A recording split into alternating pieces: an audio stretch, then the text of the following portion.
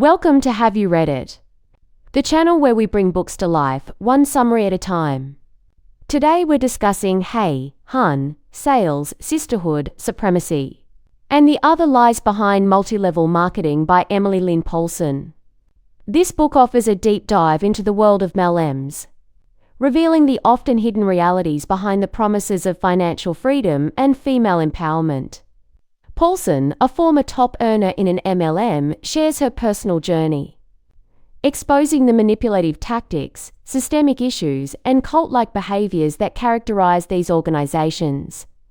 This book is valuable because it provides an insider's perspective on the MLM industry, shedding light on the ways in which these companies exploit women, promote harmful ideologies, and perpetuate systemic inequalities. It challenges the often glamorized image of MLMs, offering a more realistic and critical understanding of their impact on individuals and communities. Here is a summary of the key ideas and themes from the book. Emily is invited to a wine night by Becky, a high school acquaintance. The night quickly turns into a sales pitch for Rejuvenate, an MLM company. Emily feels a sense of connection with the women and is drawn to the promise of friendship and financial opportunity. The women at the wine bar tout the benefits of the products and the business opportunity, claiming they lost baby weight, gained glowing skin, and made great money. Emily is intrigued by the idea of making money and having a supportive community. Consultants in MLMs make more money from recruitment and the sales of those they recruit than from the products they sell directly. Montel argues that cults and MLMs share similar tactics for asserting power, creating community, establishing an us versus them mentality, aligning collective values, justifying questionable behavior, and instilling ideology and fear. Hassan's bite model explains how cults control behavior, information, thought, and emotion. Becky advises Emily to make a dirt list of people who would buy anything from her, and a dream team list of people she'd want on her team. Emily feels uncomfortable with the language and the idea of selling to friends and family, but is swayed by the potential for connection and financial gain. That night, Emily convinces her friend Vanessa to join Rejuvenate, highlighting the potential for financial independence and a supportive community. Vanessa, facing a difficult marriage, is drawn to the opportunity. The next morning, Emily wakes up to find that her business has been announced on social media, and she's been added to multiple team pages. She's overwhelmed by the immediate support and friend requests, but also feels a sense of pressure and obligation. Kimberly, a top consultant in the company, sends Emily a Kate Spade bag as a thank you gift, showering her with praise and attention. Emily is thrilled and feels validated by the recognition. After posting a thank you message to Kimberly on Facebook, Emily receives a negative comment from a college friend and promptly blocks her. MLMs encourage consultants to distance themselves from anyone who is not supportive of their business. Emily participates in three-way calls with Vanessa and potential recruits, using scripted language to address their concerns and persuade them to join the company. Men culture is characterized by toxic positivity, where negative emotions and critical thinking are discouraged. Consultants are taught to focus on the positive, manifest their dreams, and believe that they can achieve anything if they work hard enough. Emily attends a BizOp, a business presentation designed to further indoctrinate consultants and recruit new members. She speaks at the event, sharing her story and encouraging others to join Rejuvenate. She is able to lean into fear because she has a husband with a stable job and discretionary time and income. Memel's success relies on privilege, disposable income, and social networks. It is easy to believe you're successful because you've worked hard and had a positive mindset when you're already financially stable and have a big network to signal boost your success. Emily earns a free trip to Colorado, a reward for her success in Rejuvenate. However, the trip is not entirely free, and she ends up spending a significant amount of money on travel, lodging, and other expenses. She discovers that the incentive trips are all about reifying existing power, which they reframe as empowerment through information control. With all the photos posted on social media, it is Boss Babe's suicide to sit them out. This faux empowerment isn't about feminism or structural changes, but about buoying the lifestyles of people who already have a lot of privileges. It is a sales model where you convince other people they can have this too. This creates rivalry, envy, and betrayal that often pervade female relationships. She realizes they were asked to dress a certain way. You are being judged. Rejuvenate likes it this way. All the women look alike, and that is by design. Also, if something isn't working for you, you just need to figure out your why.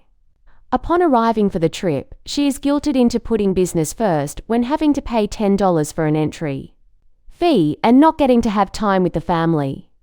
After a few days, she had a huge glass of Kool-Aid after the conference. After an awards dinner and heavy drinking, she now knows, without a doubt, that Kimberly was the expert to emulate, and the only way she can emulate her is to also become superior. She must do the same thing, and then it too will all work out. She's with Allison, an upline, and Becky. They were talking shit about people in their downline who weren't doing as much work, and Allison said it was because they had a job. It became, again, an us versus them game. And Emily doesn't know when, exactly, she traded in her humanity to climb to the next rung in the company. It's Halloween evening and she's on her phone, working but also, in a way, not really working. It is the same every month. We rush to fill month-end quotas, spamming our friends, families, and network to sell products or recruit new reps, and purchase massive amounts of product to meet minimum sales numbers, keep our titles, and earn incentives, she says. All titles start over monthly. At the end of the event, she meets up with a few of the women she asked to come to her event with all of the praise, but doesn't follow through with her end of the deal. Instead, she asked the women to continue. Melem is sold as the solution to everything, invalidating most other professions. As I rise in the ranks, I will put many of these biz ops on my credit card bill. All of the reps here are taking out time from their evening, as unpaid Melem reps are expected to market constantly but only get paid if they make a sale. It isn't the case with her, but with other new people? It probably is. She then pressures her best friend, Vanessa, into a three-way with an interested customer after a long talk of why the company was so good.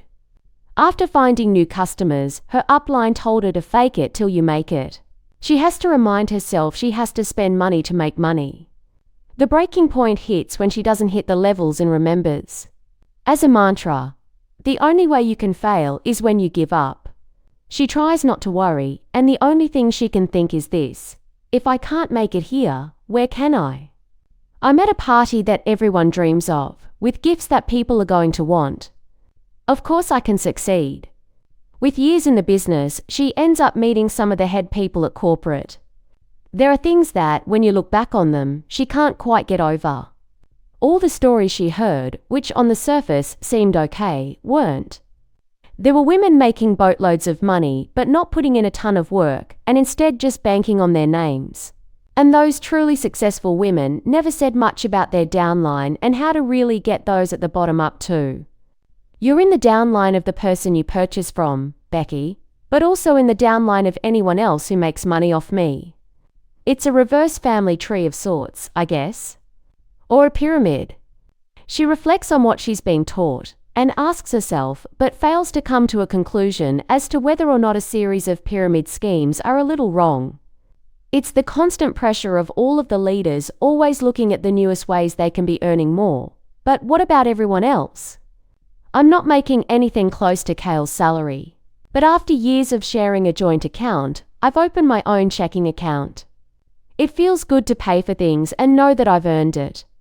If I did buy the big product kit, because I'd love to use all that stuff, how much would I be obligated to sell? Can I just buy it for myself and not sell anything? Oh, that's the beauty, Becky says.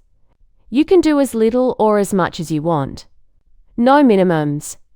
But Becky knows that in order for her to make any actual money, Becky does need to sell that stuff. If they don't push it, then you lose respect. There are incentives thrown in, but they are definitely not free.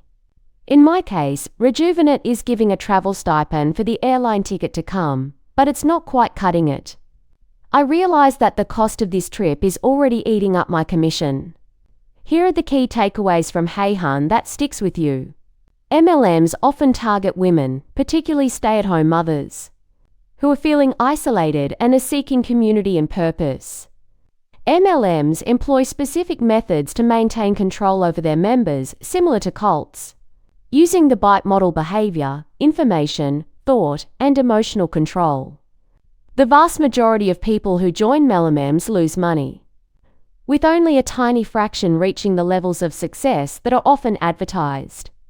MLMs use the appearance of female empowerment to exploit women, requiring them to subscribe to specific worldviews and champion old imperial ideas of success. MLMs can perpetuate systemic racism, classism, and other forms of discrimination, creating a breeding ground for white violence in the absence of diversity. It's crucial to critically assess the promises and practices of MLMs, question authority, and trust your intuition. In conclusion, Hey Hun offers a critical examination of the multi-level marketing industry, drawing on Emily Lynn Paulson's personal experiences and broader research to expose the exploitative practices and cult-like behaviors prevalent in many MLMs. The book serves as a cautionary tale, urging readers to critically assess the promises of financial independence and sisterhood often marketed by these organizations. Thanks for watching. Make sure to give this video a thumbs up and hit that subscribe button so you never miss our next book dive.